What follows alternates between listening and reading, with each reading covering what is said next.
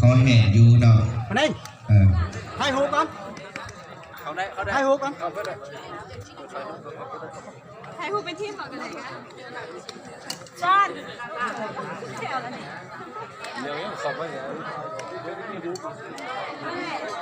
เอาสู้ๆนะ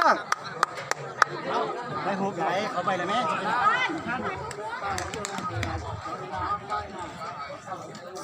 เอาทำขนาด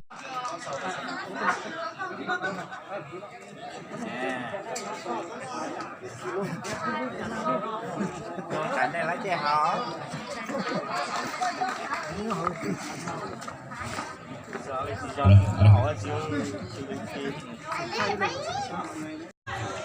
ทางปกสจะเป็นผู้เปิดบาน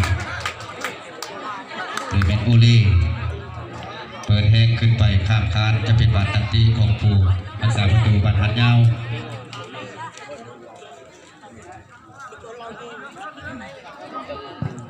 รักษาประตูบานหัดยาวเปิดบานขึ้นมากลางสนามผู้ลินปกสเอาหัวสกัดบานออกเสียงข้างจะเป็นบานโยนของปกสของบานหัดยาวโยนเข้ามาให้เบอร์เก้าได้บานเปิดให้บอลหัดยาวนำไปแล้ว1-0บอลเท่าไหร่หน้าที่ทำผู้ฟังและผู้สู้ยืนข้างสนามเลยสุดยอดเนาะ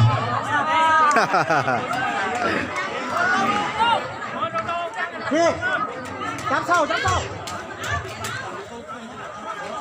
จะเป็นบานปปสจะเป็นผู้เปิดบานโดยเป็นเบอร์10เปิดขึ้นมาตามเป็นผู้ลินของผู้หัดยาวบานออกทั้งสิ้นหลังจะเป็นบานเตะเจของปปสตัวนี้ข้างหลังเบอร์10ปปสจะเป็นผู้เตะเจคนละคน เตะเข้าไป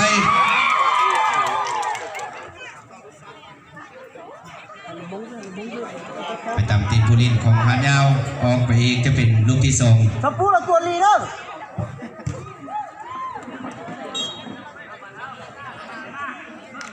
มามันเจ๊มา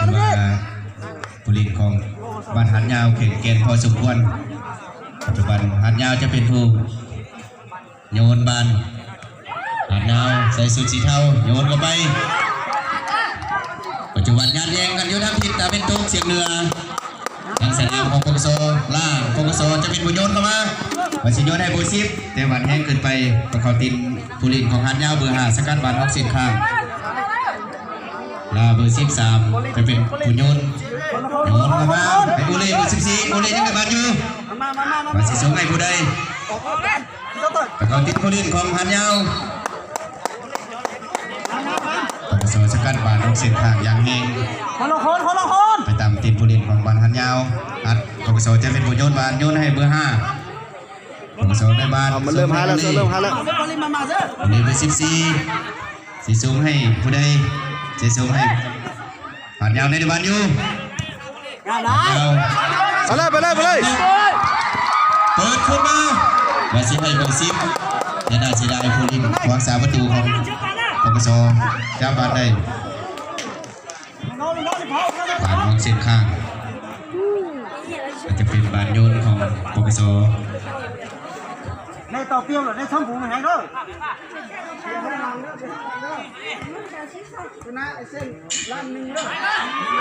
เบอร์13ปกสสิยิงยางแห้งไปตามทีมผู้ลินของหัดยาวเบอร์8ในบานอยู่ส่งให้เบอร์6บันสิส่งให้เบอร์9เบอร์8หัดยาวยิงปืนซ้ายยางแห้งเป็นบานตั้งเตะของพวกสาประตูปกสส่งให้ล่าเบอร์13จับคนจีบานขึ้นมาให้เบอร์14โอเล่เตี้ยโอ้ยจีมากบานออกเส้นข้างหัดยาวจะเป็นผู้โดนบานโยนเข้ามาให้เบอร์8เบอร์6ผู้ลินของปปสเขาเป็นยันเย็นบานออกจากเส้นข้างจะเป็นบานโยนของหัดยาวเดินเป็นเบอร์9เตี้ยผ้าหัดยาวเบอร์9โยนเข้ามาให้เบอร์8ปปสเขาเป็นยันแยงได้บานเปิดขึ้นมาให้เบอร์14โอเล่ในบ้านเปิดขึ้นเบอร์16จี้กับตาหน้าประตูผู้ลินของหัดยาวเขาเป็นยันแยงให้ไทยผู้ลินของปปสล้มป กษรนั่นในบ้านอยู่โอ้ยเดียวกันยังไม่พอ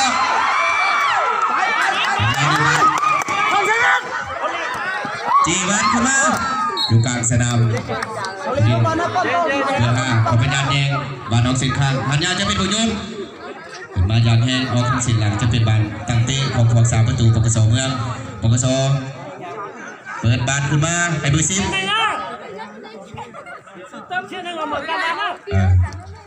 สอนทองส่งให้เบอร์4โอเล่เขาตีนเขาลิ้นของบานหันยาวเบอร์13นั่งในบานอยู่ปกสจีบันขึ้นมาบอลนี่เกิดบานลิ้นของหันยาวสกัดบานออกเส้นข้างโดยแมนลีซ่ง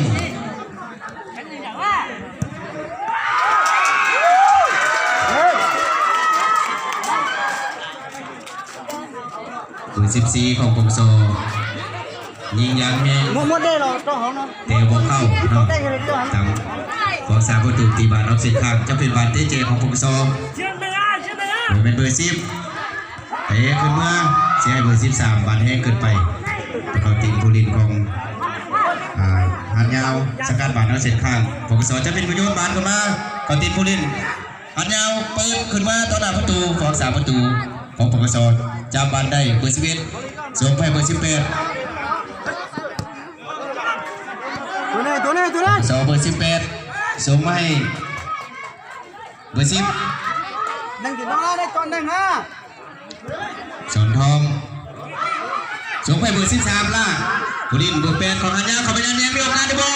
จีบานขึ้นมาส่งกลับคืนมาให้เบอร์5บุญปอน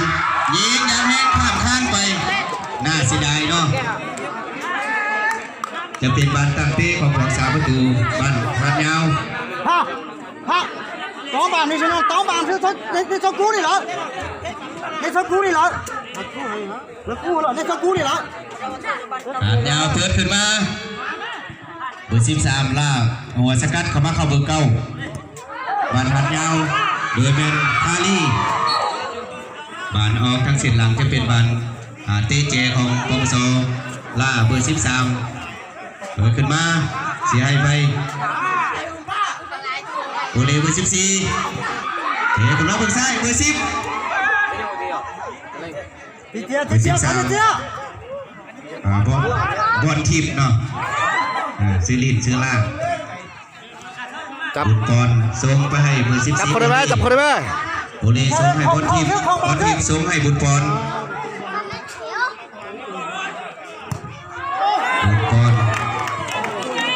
บอลทิพย์เบอร์13ยิงแทงขำคานจะเป็นบาดตัดเตะของสามประตูบาดหันยาว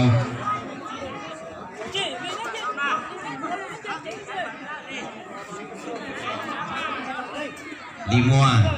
ของสามประตูเปิดบาดขึ้นมากลางสนามส่วนทองเบอร์10ในบาดผู้เล่นเบอร์6ของหันยาวก็คือบานิ่งเขาเป็นญาติแย่งเฮดไฮพูลินสอนทองของปกสลงจะเป็นบาดเลยบอลใช้ตัวเบอร์กับเป็ดดีด้วยบอลก็ติดอยู่ครับบอลบานิ่งเบอร์6เป็นหัวหน้าทีมเนาะเฮดไฮพูลินปกสเบอร์10คือสอนทองลงสอนทองจะเป็นเบอร์วันยังไงจีของต้นหน้าประตูโบซือน่าเสียดายเนาะมาซีให้เบอร์13บอลทีมเป็นผู้ช่วยมาหนึ่งพวกสามประตูพันยาวเปิดบานให้เบอร์16ของ2เขาเป็นนั่นเองเบอร์13บอลทีมส่งกลับขึ้นมา14โอลี่ปกสนั่งในบานอยู่ส่งไปบอลทีมนั่งในบานเปิดขึ้นมาให้เบอร์10สอนทองมีโอกาสยิงบอลส่งกลับขึ้นไปโอลี่โอลินของหันยาวเขาเป็นนั่นเองหันยาวในบานจีขึ้นมาให้เบอร์13บาจีส่งเนาะส่งมาให้หันยาวโอ้ซื้อมาเดสบิลินเนาะนวดปากกายาวส่งขึ้นมาเบอร์13ยิงเลยเบอร์13เลยบาดอยู่ส่วนของกันเองกันอยู่ต่อหน้าประตูปกสส่งมาเอาเบอร์8หันยาวเปิดกรรมการช่วยยังเอาบานสวยเนาะสอนทีสอนทองเนาะเบอร์10 กับปัญญาแยง จี้จี้ เฮ็ดให้ผู้นี้เบอร์18อนุสรณ์ของปปส ตีเทียลี่ตี และ เทีย ผู้ ลี่ นี้คงหันยาวลุ่มเนาะปอกษาประตูวานิ่งเปิดขึ้นมา ขึ้นเว้ย อยู่ต่อหน้าประตูจีกันอยู่ต่อหน้าประตูสีทองจีบาดขึ้นมาให้ผู้ใดเอ่ยผู้ดินของปปสสกัดบานออกเส้นทางที่เป็นบอลยุนโอกาสอยู่อัดกันกับบอลทีมเนาะเบอร์6วันนี้เบอร์5มันซื้อซุ่ม ซื้อก็อีอย่าจ๋าหมูต่อเยอะไหมจีต่อชี เบอร์11สีท่อสีท่อที่ปอที่เป้าไปโอ้ก่อนยากบรรยายเว้ยเอาเบอร์18ปปสอนุสรณ์ส่งให้เบอร์5บุญพรส่งไปเบอร์13บนทีมก็มีการนัดเองเบอร์14ส่งมาให้เบอร์10สอนทองยังได้บาดอยู่ส่งให้การนัดเองสกัดกันอยู่กับโอเล่เบอร์14ปัจจุบันผู้ดินของหันยาวสกัดบาดนอกเส้นข้างจะเป็นบาดโยนของปปสคือว่าเครื่องเวลาที่2คือสิจำซื้อได้เนาะ วางเบียร์ ไปปั๊บมาตามไปนะ13วันทิพย์สกัดบาดนอกเส้นข้างจะเป็นบาดโยนของชื่อ หันยาวบ่ปปส และชิง ห้า แม่นบุญ และ ปอ ชิง น ในเจเลยกาเกิดอยู่กับพี่จะชิงไกลลูก ของปปสโยนไปให้ เขาจะตั้ม ทองสอนสูงขึ้นเมื่อ โอ้ย เบอร์16 สู้ บุญเทืองผู้เล่นเบอร์5ของหันยาวกับปัญญาแดงสกัดบาดนอกเส้นข้างจะเป็นบาดโยนของหันยาวเบอร์5ซีซุ่มโยนเข้ามาว่าสิให้เบอร์6หัวหน้าทีมเนาะวันนี้แต่น่าเสียดายเพราะเขาติดผู้เล่นของปปสเบอร์13บนทีมในบ้านส่งให้เบอร์10สอนทองส่งกลับคืนไปให้สอนทองเพราะเขาติดผู้เล่นของบ้านหันยาวปอลีเบอร์8เบอร์14โอเล่ของปปสยิงบอซื้อประตูนอกน่าเสียดายของสามประตูที่บ้านนอกเส้นทางเป็นบอลเตะเจของปปสผลทีมยังได้บาดส่งให้14โอเล่มาเข้าทีม โอ้ยไม่ได้เอ้ยกอกแขนกอกกลางนะเสื้อ ลายเฮ็ดให้ผู้เล่นของ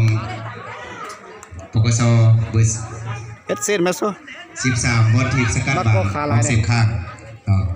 เราเล่นหาเตียนต่อซะนะฮะ เบอร์8ปอลีล่ม บอลลีเนี่ยเพจก็ต้องเขาเกมก็ต้องเขาต้องด่าต่อลงมือ นี่จากนี้กลายถึงแก่ไหลอยู่กอกตาถึงกอกตาทอกุ้งว่า ฮะตัวเกมของนู้นด่าเขาเปล่าแล้วมาชี้จังเขา อาจยาวจะเป็นผู้เปิดบานเอาปัจจุบันเปิดขึ้นมาอย่างแห้ง โอ้ ไปมาข้าว เปิดบ้านกับเปิดแหงโอ้ ของทองสามประตูส่งให้ผู้ว่า ตา บุญปอนจีบันขึ้นมากลางสนามเบอร์6วันเอง ก็เหลือเศร้าหัวแล้วที่เราเซ่ก็หัวเราตลอด โอ้นี่ส่งให้สอนทองเบอร์10 บอลลีตอนนั้นบอลลี เบอร์13บอลทีมในบ้านส่งขึ้นมาให้โอเล่เบอร์14ส่งขึ้นให้บอลทีมเบอร์13จีบันขึ้นมาต่อหน้าประตูบอมีโอกาสเอาบันมาตั้งขึ้นส่งให้เบอร์5บุญปอนส่งขึ้นให้เบอร์6บานเองสกัดบานขึ้นมาให้เบอร์8 เจี๊ยบ ปอลี ทำมาเจี๊ยบแล้วนะไม่ต้องเทียบแล้วนะกาซะนะวันเก่าซะนะ ทัดเสีย ลีส่งมาซื้อส่งเนาะเบอร์5จะเป็นผู้โดน เจี๊ย ต บ อน ที่ทำมาปอน บานเองกับบอลทีมขับประดันแยงบานผิดกติกาจะเป็นบานใหม่ฝ่ายตำรวจจะเป็นผู้ใหม่เป็นผู้เปิดบานกับหัวหน้าทีมเบอร์6บานเองส่งมาให้เบอร์5บุญปอนส่งให้เบอร์10ส่วนทองส่งให้ เข้าไหม บอลทีมจีบอลขึ้นมาทางประตูบอลมีโอกาสเบอร์5ผู้เล่นเบอร์5ซื้อส่งหันยาวกับปัญญาแดงโดนเข้ามา เบอร์เก้าพาลีหัวต่ำออกเส้นข้างจะเป็นบันโยนของกส14โอเลโยนให้เบอร์5 เข้าเลย สดบุญบอลชมกับไพโอเล่เปิดขึ้นมาอย่างนี้รอซื้อประตูเอาแต่ว่าต้องจ่ายปกสในบ้านเดี๋ยวกลับมา โอ้ย chị túa vào gặp lão vào trong chị túa năm đất gặp lão vào trong à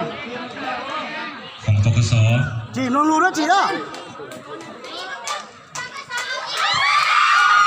เอามาทำสนับประตูของบาดยาวเป็นน้องข่าวที่บาดตักเตะของบาดยาวที่ทันดิมัว một con cái lớn thế nên à ดิมัวเปิดมากลางสนามเมื่อไหร่มานี่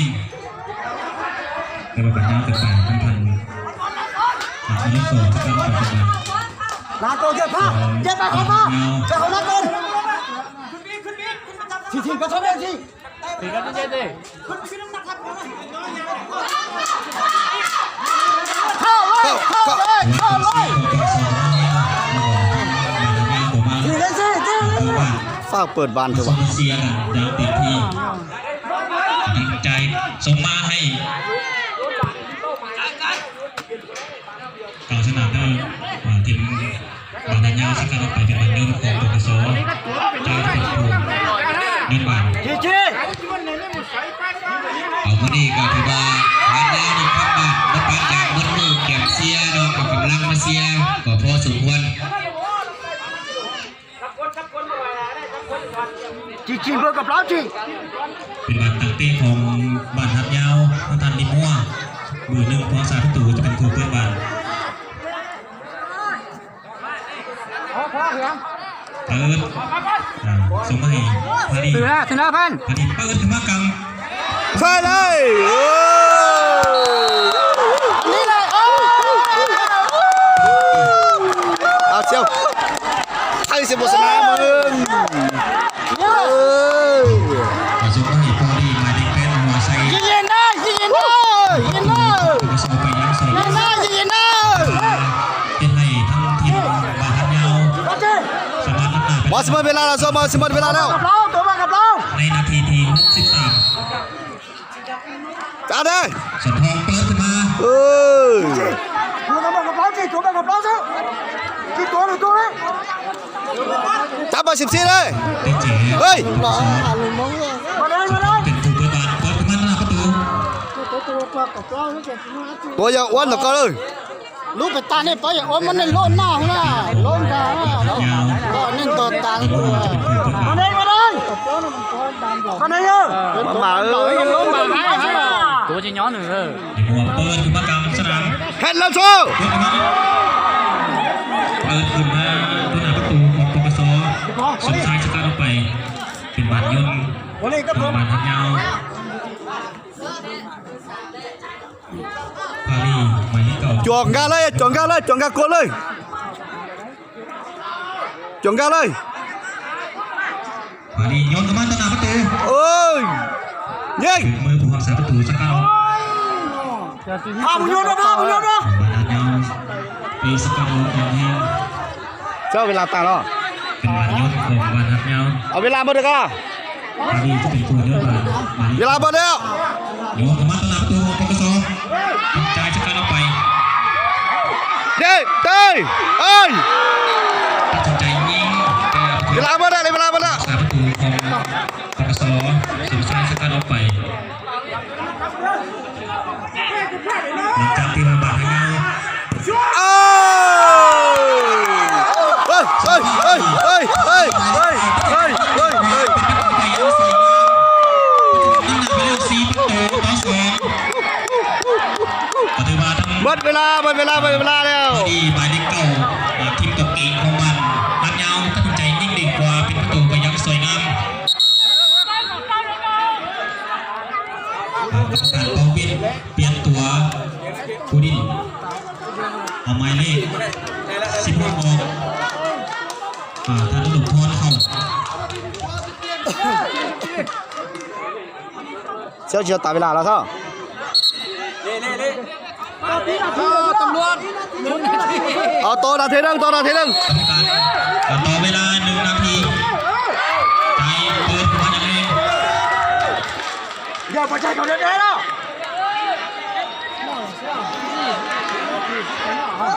ตัดลงเลย อนุสรณ์เปิดไปซ้ายกันมาพอดีตัดสินใจยิงดึงหัวเอาข้ามสนามไปเป็นวันตั้งเต้ของสโม มาเลยมาเลย ไทย มาเลย จะเป็นถูกเพื่อนบ้าน ยิงมันต่อเท้ากันว่า เหรอ ปัจจุบันนี้ ชาวเน็ตกับล็อกก็ให้แก เนาะหลังจากที่วันนี้ก็เป็นสองพัน น้องก็ให้ฮะ หางสังทองวันเองไปทึกตัวผู้ดินของปกสให้ไทยสังทองลงเป็นวันเฝ้าของปกสส่งให้อนุสรณ์ส่งต่อให้โอริสมัยใจ ไปเลยรอไปเลย ที่สุดไปที่สามคุณบอลก็การเปลี่ยนเป็นทางเรื่องของบาดยาว จีน่า ที่สุด โอ้ย ต่อไปเลยนะ เจี๊ยบ เอ้ย เกมมาเป็นซีโร่ของเลี้ยงมันโยนมาต้อนรับประตูของ ดาวแล้วโซ่ โอริส มันยิงได้ใจสุดเลยเสื้อ ฝั่งประตูก็เป็นประตู บ่ซื้อเขาเลย ส่งซ้ายส่งมาให้ใจในบ้าน เอาสมบัติเวลาละหมดเวลาละ รอขึ้นมา เข้ามา ส่งให้สันทองส่งต่อให้โอลีในบ้าน มึงรอท่านรอท่านเวลานะ รอครับมาเองโอลีมั่นใจยิงดีกว่าเป็นวัตถุสำคัญของประดิษฐ์ของวานทันยาวส่งต่อให้อนุสรณ์ส่งต่อให้บุญกร เข้าจะจำ ส่งต่อให้โอลีในบ้านส่งต่อให้สันทองส่งต่อให้โอลี มึงรอได้ก็รอ โอลีในบ้านรอกันอยู่กลางสนาม รอเวลาแล้วมึงรอเวลาแล้ว ส่งให้สันทองส่งต่อให้บุญกรตัดสินใจยิงเลยใช่ออกกลางสนามไป เรารู้เดี๋ยวแล้วจะได้เจ้าตัว ตามเวลา ทันดีนัวจะเป็นถูกเปิดบ้าน เฮ้ยเจี๊ยบ มันหมดเวลาแล้ว2 นาทีแล้ว อดีตเปิดขึ้นมากรรมการเป่าวิยาวต่อ2 เก่งไร เราขอเชิญบรรดาทีมนักกีฬาที่เป็นตังนักกีฬาบาเต้ที่1หาที่4หลังจากที่มาคำนำแล้วขอเชิญทั้ง2ทีมกีฬาเป็นตังที่1หาที่4แล้วก็กีฬาบาเต้ที่1หาที่4ขึ้นหับรางวัลจากคณะฮาพิโซกับเกี่ยมกองประชุมใหญ่ห้องที่10ของหมู่บ้านฟ้าผู้หลงทา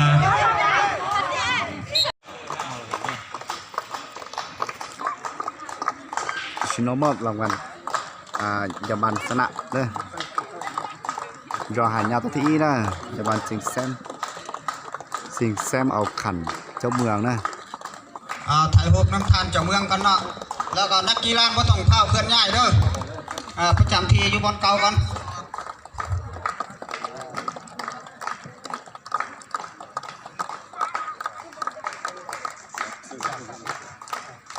ถ่ายรูปตัวเมืองแห่งนี้เด้อท่านผู้ชมเด้อ